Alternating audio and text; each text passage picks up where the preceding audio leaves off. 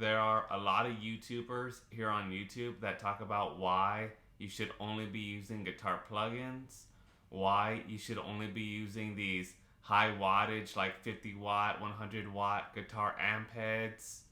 But what about mini amps? Let's talk about them. So, as someone who grew up mostly with just combo amps and not really having like a variety of different sounds growing up, I just kind of played what I had. Like, I grew up with a Marshall, I think it was like a 30 watt amp or a 25, pretty sure it was a 30 watt. I don't remember the exact model name. I also had like a Line 6 Spider at some point. And currently, I have, as you all know, I have a couple of mini amp heads. I have the Soldano Mini, and I have this orange Micro Dark right here that I'll be using for the video. I did want to use the Soldano, but I didn't have the power supply for it. I wanted to go ahead and just talk about the place that I think mini amps have, for guitar players in their guitar rigs. Before I move on, guys, if you are not already subscribed to the channel, please hit the subscribe button. It really helps out the channel. Leave a comment as to what you'd like to see more of on the channel. Also, leave a like, share this video with anyone who you think may find this video informative. And without further ado, guys, let's go ahead and continue. As I said, guys, there's a lot of YouTubers who, really go hard with talking about and who have, I guess, really strong feelings about only using guitar plugins these days because that's the future. Or there's a lot of people who, of course, only want to use these high wattage guitar amps, these big things that are super heavy, and they have their 2x12 cabs or their 4x12s. Because, a lot of great records were made with that kind of stuff, right? That kind of gear. But a lot of people are talking about mini amp heads like the orange Micro Dark that I have right here, or the Soldano, like the Mini, the SLO Mini. There's a Friedman mini amp head. There's a bunch of them, guys. There's like the PV Piranha, I believe is what it's called. There's a lot of other ones like by Joyo, and I just wanted to talk about the place in them, the place that they have for guitar players in their guitar rigs. I do have my Gibson Les Paul Classic right here, guys, the one that I usually use for a lot of videos. I'll go ahead and be playing my orange Micro Dark in a little bit. Just that way, because it's I think a guitar centric channel. Might as well play some guitar, right?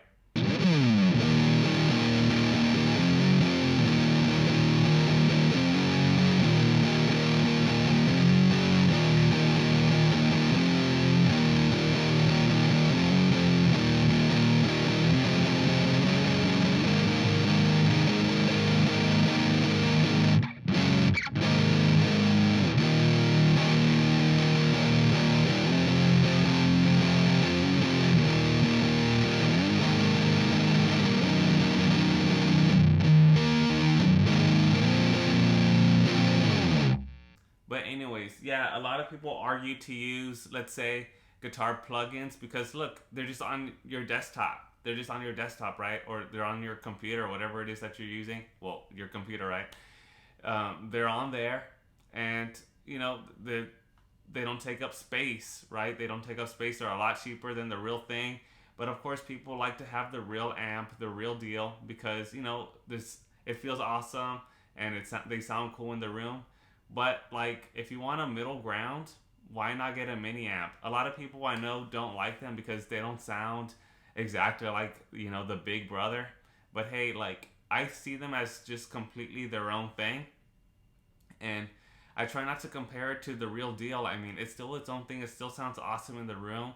If you're just jamming in your room, like right now, I'm gonna be jamming just through my 2x12 Boss cabinet, the one that you guys know I have because I mentioned it here on the channel.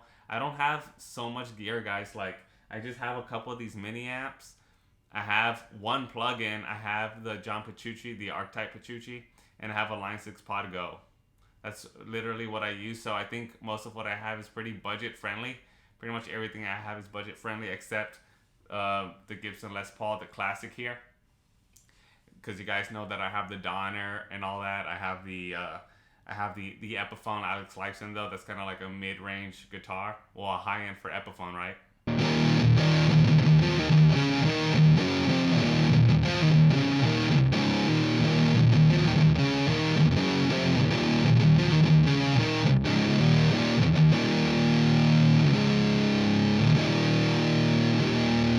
But the micro amps, guys, the mini amps, look, I don't think they're a gimmick. I think they're meant to be taken seriously. You can totally take these things to a gig, guys. They work great in the bedroom. They don't get that loud.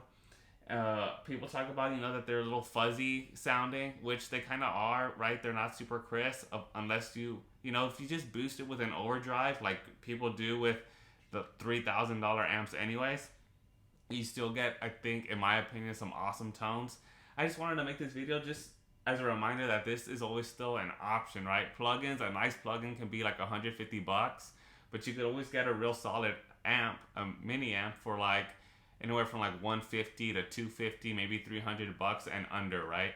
So it's still an option. It's like, I've also mentioned this in past videos where I really enjoy using the mini amps to blend with plugins, right? People do that with the real deal amps too, right? The big ones like 50 watt, 100 watts. But if you're not trying to blow your ears off or bother the person in the next room that much, right? Because these can still get super loud, these micro amps.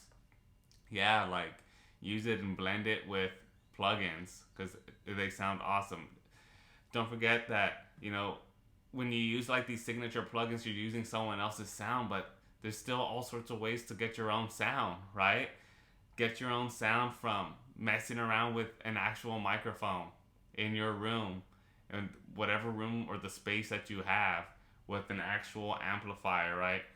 So, because people talk about how everyone sounds the same. This is another great way, in my opinion, to start having your own sound, but without breaking the bank, right? Or without having to get only one amp that costs $1,000 and higher, right? Another thing, guys, is that yes, if you want to like tour with a real amp or gig with a real amp, hey, this is a great way to use a real amp, right? So using one of these, I would imagine, would be pretty cool. I don't really gig, guys. I'm pretty much just here in my room. I just spend time recording. I would gig a lot with classical guitar. I've been in just a couple of bands that I've played live shows with, like cover bands. But I would like to eventually still play original music with a band. Anyways, guys, thank you all for checking out this video, and I hope to see you all later.